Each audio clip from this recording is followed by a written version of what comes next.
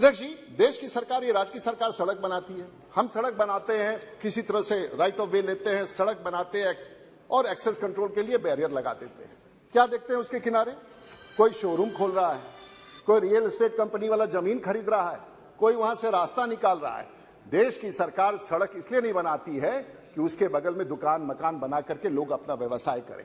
और एक नीति होनी चाहिए, जहां जहां नेशनल हाईवे डिक्लेयर होता है, जहां जहां नेशनल हाईवे चाहे एनएचएआई का हो, रेंज का हो, साथ ही साथ सर्विस लेन के लिए राज्य सरकार को उसके पैरेलल कम से कम 30 से 50 मीटर राइट ऑफ वे का घोषणा कर देना चाहिए। चाहे उसका एक्विजिशन जब भी हो, लेकिन उसके बगल में कोई काम नहीं होगा जब तक वो खेती करता रहेगा, खेती करता रहे। लेकिन जिस दिन देश की सरकार को जरूरत होगी, वो सड़क पर इसकी योजना पॉलिसी के स्तर पर वीके सिंह साहब जिस दिन ले आइएगा, तो अमेरिका और जर्मनी और यूरोप की जो बात करते हैं वो हम लोग कहीं ये नीतिगत फैसला में अभाव है।